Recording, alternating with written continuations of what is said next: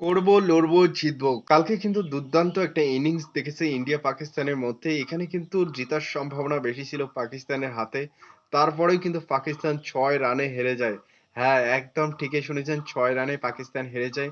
অনেকটা কিন্তু ভয়ের মুখে আমরাও যেমন ছিলাম, তার থেকে কিন্তু বেশি ভয় ছিল পাকিস্তানের যে বাসিন্দা রয়েছে এবং পাকিস্তান টিম রয়েছে। তারা কিন্তু খুবই ভয় পেয়েছিল যে ইন্ডিয়ার সঙ্গে কি আদৌ জিততে পারবো? শুধুমাত্র ২০২১ সালে কিন্তু এই ওয়ার্ল্ড কাপে ৭টি ম্যাচ হয়েছিল, তার মধ্যে কিন্তু একটি ম্যাচে জিতে, সেটা হলো ২০২১ সালে। তারপর থেকে কিন্তু কোনো ম্যাচে ইন্ডিয়া পাকিস্তানের মধ্যে যে ম্যাচগুলো হয়েছে সেখানে কিন্তু পাকিস্তান জয়ী হতে পারেনি। ইন্ডিয়া ১১৯ রান করে এবং ১২০ রানের একটা টার্গেট রেখেছিল পাকিস্তানের উপর। তারপরেও কিন্তু পাকিস্তান ভালো একটা ম্যাচ চালিয়েছিল। প্রথমের দিকে কিন্তু ১৫ ওভার অবধি কিন্তু তাদের যে টার্গেট সেটা কিন্তু এসিপির দিকেই ছিল। তারপরে বুমরার কামালের ফলে কিন্তু আজকে এই ম্যাচটা আপনারা উইনিং দেখতে পেলেন, না হলে কিন্তু পাকিস্তানের হাতে এই ম্যাচটা চলে যেত। তার ফলে কিন্তু ভারতের টিকে থাকা খুব টাফের ব্যাপার ছিল। বুমরার কামালের ফলে কিন্তু পাকিস্তানের টিকে থাকার যে লড়াই সেটা কিন্তু খুবই টাফ হয়ে যায়। রিজওয়ানের উইকেটটি চলে যায়, যেভাবে টাক করে এই রিজওয়ানের যে উইকেটটি চলে গেছে সেটা কিন্তু খুবই একটা দর্শনীয় উইকেট ছিল। সেখান থেকে কিন্তু রিজওয়ান ভালো কিন্তু পারফরমেন্স করতেছিল। এর ফলে জাসপ্রীত বুমরাহ যে মেন উইকেট গুলো নিয়েছে, এখানে বাবর আজম রয়েছে, রিজওয়ান রয়েছে, আরো কিন্তু একজন মেন প্লেয়ারের উইকেট এই জাসপ্রীত বুমরাহ নিয়েছিল। জাসপ্রীত বুমরাহ ৪ ওভার বল করেন, ১৪ রান দেন এবং ৩টি উইকেট কিন্তু খুবই গুরুত্বপূর্ণ উইকেট নেন। তারপরে এখানে রয়েছে হার্দিক পান্ডিয়া, ৪ ওভার বল করেন, ২টি উইকেট তার খাতায়, ২৪ রান তিনি দেন ৪ ওভারে। এরপর আর্শদীপ সিং কিন্তু সেরকম প্রভাব ফেলতে পারেনি, তার একটু রান রেটটা একটু বেশি রয়েছে এবং ১ উইকেট কিন্তু তারও খাতায় চলে গেছে।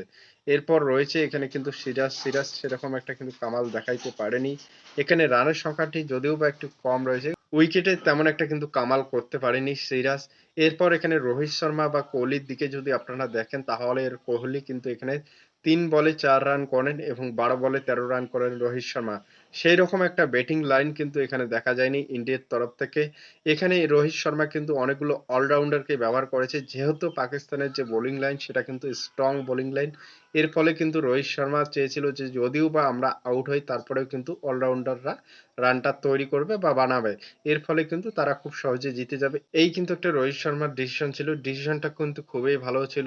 কারণ এর ফলে যদি অলরাউন্ডার গুলো না থেকে যদি বোলিং থাকতো, তাহলে কিন্তু যেটুকু বা রান হয়েছে সেইটুকু রান কিন্তু হওয়া মুশকিল ছিল। এখানে কিন্তু ঋষভ পান্টের কথা ভুলে গেলে চলবে না। ঋষভ পান্ট কিন্তু দুর্দান্ত একটা ইনিংস খেলেছে। তার যে পারফরম্যান্স সেটা কিন্তু খুবই একটা দর্শনীয় পারফরম্যান্স ছিল।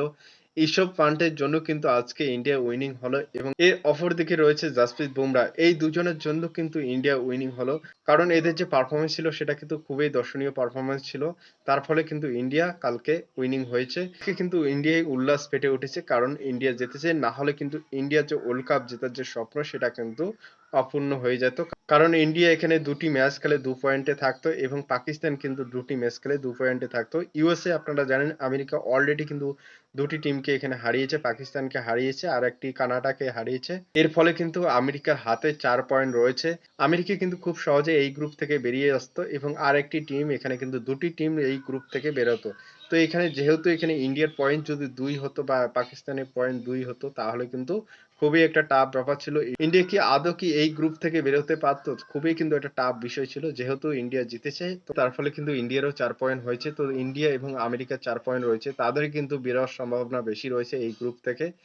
এবং পাকিস্তানকে কিন্তু করাচির দিকে রওনা দেওয়ার জন্য প্রস্তুত হোক। কারণ পাকিস্তান এই গ্রুপ থেকে কিন্তু বেরোতে পারবে না।